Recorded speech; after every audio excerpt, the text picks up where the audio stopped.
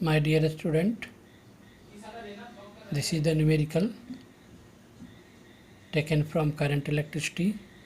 Question is, find the current in 2 ohm resistance from the given circuit. Here circuit is given as shown in the figure. We have to distribute the current in the different arm, which is shown here in this figure. You can see here 12 volt battery is applied, potential difference across the circuit is applied, and in the total current sent by this cell is I. Let this is I. At this point it is divided into three parts, I1, I2 and I3 as shown in this figure, and total current again here it is I. So to solve this question we have to first of all find out the equivalent resistance of the given circuit.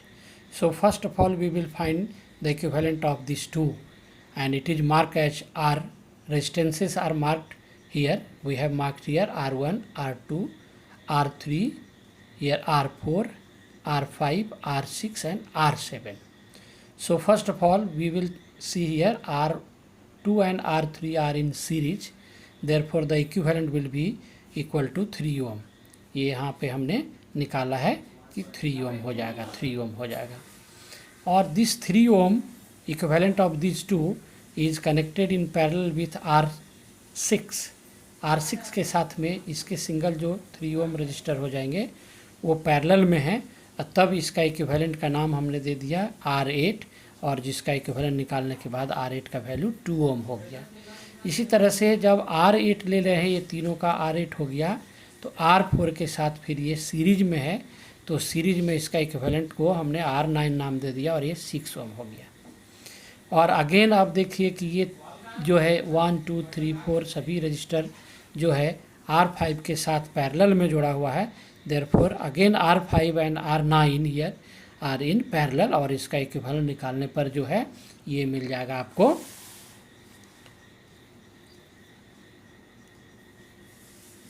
2 ohm, R10 जिसका नाम हमने दे दिया.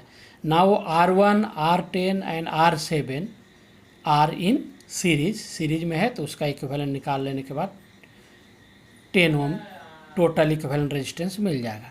तो total current from the circuit कितना होगा, तो current is equal to total potential difference applied across the circuit divided by equivalent resistance. So total potential difference is 120 volt and current here resistance is 10 ohm, so it will come to 12 ampere. So total current is 12 ampere. Now come to the current in the circuit, current in arm R6. Question को आप देखिए R6 में कितना जाएगा, उसमें हमने दिखा है R2, तो उसमें देंगे कि इसके 3 ohm उधर जो है आपका जो R2 और R3 का टोटल आता है, R2 और R3 का जितना आएगा 2 + 1 3, और फिर R2 R3 R6 का टोटल जो हो जाएगा वो हो जाएगा, ये जोड़ देंगे तो ये हो जाएगा 9, और टोटल करंट है 12. तो 3/9 × 12 सॉल्व करने से ये जो आ जाएगा आपको 4 एम्पियर आ जाएगा. तो I2 जो है 4 एम्पियर, यानी कि R6 से जो करंट जाएगा 4 एम्पियर होगा. इसी तरह से I1 यानी कि जो सीरीज में जोड़ा हुआ है जो 2 ohm और 3 ohm, उससे कितने करंट जाएंगे, तो हम लोग R6 का वैल्यू लेंगे डिवाइडेड बाई टोटल करंट ले लेंगे आर्म का, और इनटू I2 का वैल्यू जितना आया उससे मल्टीप्लाई कर देंगे, तो R6 का वैल्यू 6 है और टोटल करंट रेजिस्टेंस हो जाता है 9, तो 6/9 × 4 ohm जो I2 आया है इसको करेंगे तो 8/3 आएगा. तो 8/3 आएगा. तो क्वेश्चन का यही है कि 2 ohm और 1 ohm से कितना जा रहा है, वो 3 ohm हो गया, उससे I1 करंट जा रहा है, उसका वैल्यू 8/3 हो गया.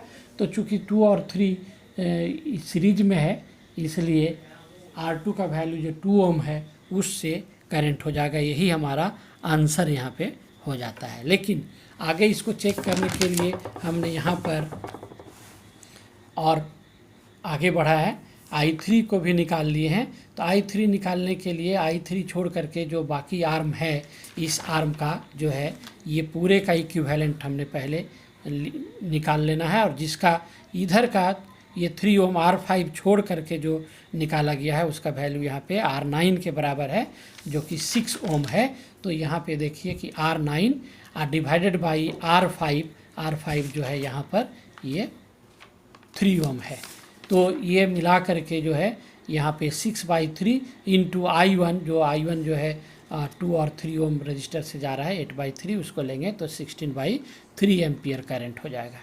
तो वेरीफाई कर लेंगे, क्योंकि टोटल करंट हम लोग यहाँ निकाले हैं 12 ओम, तो 3 I1 I2 I3 का वैल्यू भी जो 12 ओम निकाले हैं तो 12 ओम होना चाहिए। तो यहाँ पे हमने टोटल किया है तो ये टोटल जो है 12 ओम आ जाता है। इसका मतलब कि हमारा आंसर भी वेरीफाई हो गया, और आंसर ये हुआ कि 2 ओम रजिस्टर से जो करंट जाएगा 8/3 एम्पियर जाएगा। Thank you very much.